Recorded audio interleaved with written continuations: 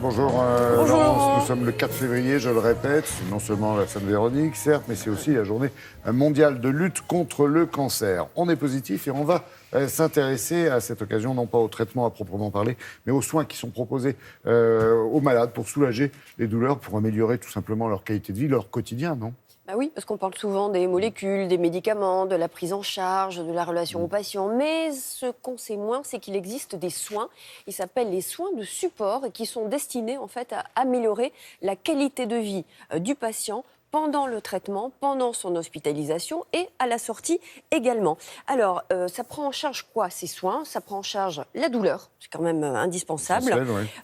Ça prend en charge la prise ou la bonne observance du médicament, la prise du traitement. Il y a aussi des séances d'art-thérapie, de yoga, de nutrition. L'efficacité a été validée scientifiquement pour mieux tolérer les traitements. Alors, les soins de support sont nés déjà dans les années 70, c'est pas tout nouveau, mais ça vient de Belgique. Depuis 2017, il y a l'hôpital de Suresnes, l'hôpital Foch, qui a ouvert une unité spécialisée et qui a reçu un label, justement, un label centre référence. Alors, nous sommes allés à l'hôpital Foch et nous avons découvert des soignants incroyables et aussi des patients assez originaux, comme vous allez pouvoir le voir.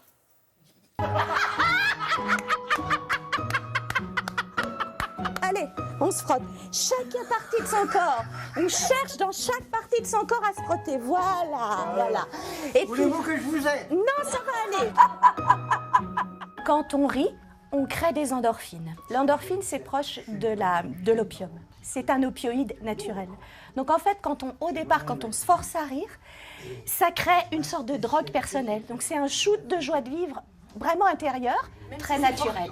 Même si c'est faux, même comme on dit aujourd'hui, même si c'est fake. Alors, pour pouvoir respirer, on va gonfler le ventre. Alors, il faut un peu balancer ses pieds en arrière et se mettre au bord de la chaise. Et puis, on grossit le ventre.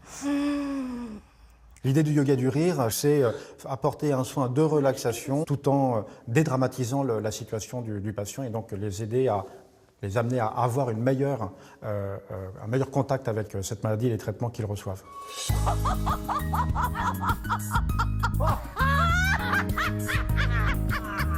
À chaque fois qu'on rit, on ne pense pas à nos problèmes.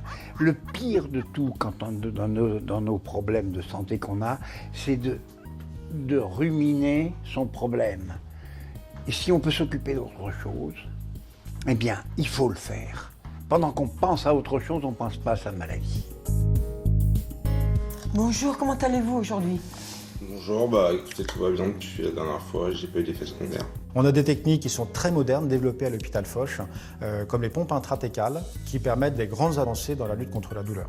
Les pompes intratécales sont des pompes avec un petit tuyau qui est administré à un endroit précis correspondant à l'origine de la douleur et qui permet d'administrer un produit qui permet de réduire toutes les doses des traitements qui sont prises habituellement, éventuellement par la bouche ou par voie intraveineuse. En pratique, vous avez cette pompe qui est à l'intérieur du patient. Donc là, j'ai toutes les données de mon patient. Le débit va être programmé. Nous étions à 2 gamma-jours de produit et là, nous allons passer à 2,5 gamma-jours. Ça marche.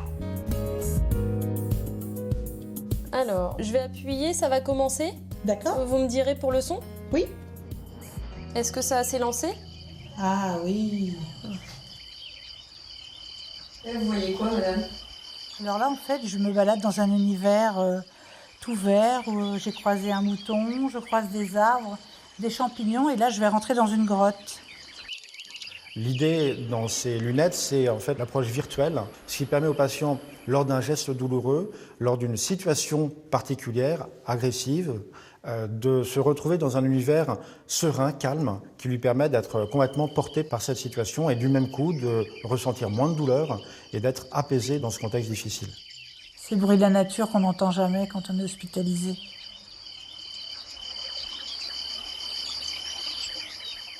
Et merci à nos patients qui ont bien voulu témoigner aussi. L'association également Thalia pour le yoga du rire, Thalia ici et maintenant. Il y a d'autres soins de support. Il y a l'auriculothérapie, vous savez, les soins dans l'oreille qui peuvent prendre en charge les nausées liées au traitement. À la radiothérapie, il y a la sécheresse buccale aussi. Ça peut aider l'auriculothérapie à prendre en charge cette pathologie-là. L'anxiété, les douleurs neuropathiques, comme on dit, qui sont liées au traitement. Il y a aussi l'alimentation. Vous savez que 40%, plus de 40% des patients atteints de cancer et qui ont des traitements sont dénutris. Donc il y a une nutritionniste qui peut les accompagner justement pendant l'hospitalisation et après. Et puis il y a le toucher aussi, il y a des ateliers qui visent à apprendre aux soignants à mieux toucher le patient, parce qu'on sait que le toucher est très important pour la prise en charge thérapeutique.